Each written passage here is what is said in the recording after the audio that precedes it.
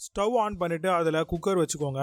அதில் 1/4 லிட்டர் அளவுக்கு எண்ணெய் ஊற்றி இப்போ இருக்கக்கூடிய மசாலாவை ஸ்க்ரீன்ஷாட் எடுத்துக்கோங்க. அதையும் ஆட் பண்ணிக்கோங்க. இதில் 1/2 கிலோ வெங்காயம் நம்ம ஆட் பண்ணியிருக்கோம். இது எல்லாத்தையும் நல்லா வதங்கினதுக்கப்புறம் 4 பச்சை மிளகாய், இதுக்கப்புறம் பச்சை மிளகா, புதினா, கொத்தமல்லி, இஞ்சி, பூண்டு எல்லாத்தையும் நம்ம அரைச்சி ஒரு மினி ஜார் ரொம்ப அளவுக்கு நம்ம அரைச்சிருக்கோம். அதையும் ஆட் பண்ணிக்கலாம்.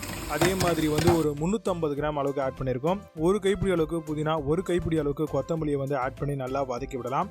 1.5 ஸ்பூன் அளவுக்கு தனி மிளகாய் தூள் ஆட் பண்ணிக்கலாம். 1 ஸ்பூன் அளவுக்கு கரம் மசாலா, தேவையான அளவுக்கு உப்பு, 1/2 கப் அளவுக்கு தயிர், ஒரே ஒரு எலுமிச்சம்பழத்தை பிழிஞ்சு விட்டுக்கோங்க. இப்போ 1 கிலோ மட்டனை ஆட் பண்ணிக்கோங்க. நீங்கள் எடுத்துருக்கக்கூடிய 1 கிலோ அரிசிக்கு 1.5 லிட்டர் அப்படின்ற அளவுக்கு தண்ணி ஆட் பண்ணிக்கோங்க. இப்போ குக்கரில் நம்ம கறி வெந்த உடனே திரும்பவும் குக்கரை வச்சு அதில் நம்ம வச்சிருக்கக்கூடிய அரிசியை போட்டு நெய் கொஞ்சமாக ஆட் பண்ணி 1லேருந்து 1.5 அளவுக்கு விசில் விட்டு எடுத்தீங்க அப்படின்னா சூப்பரான மட்டன் பிரியாணி ரெடி.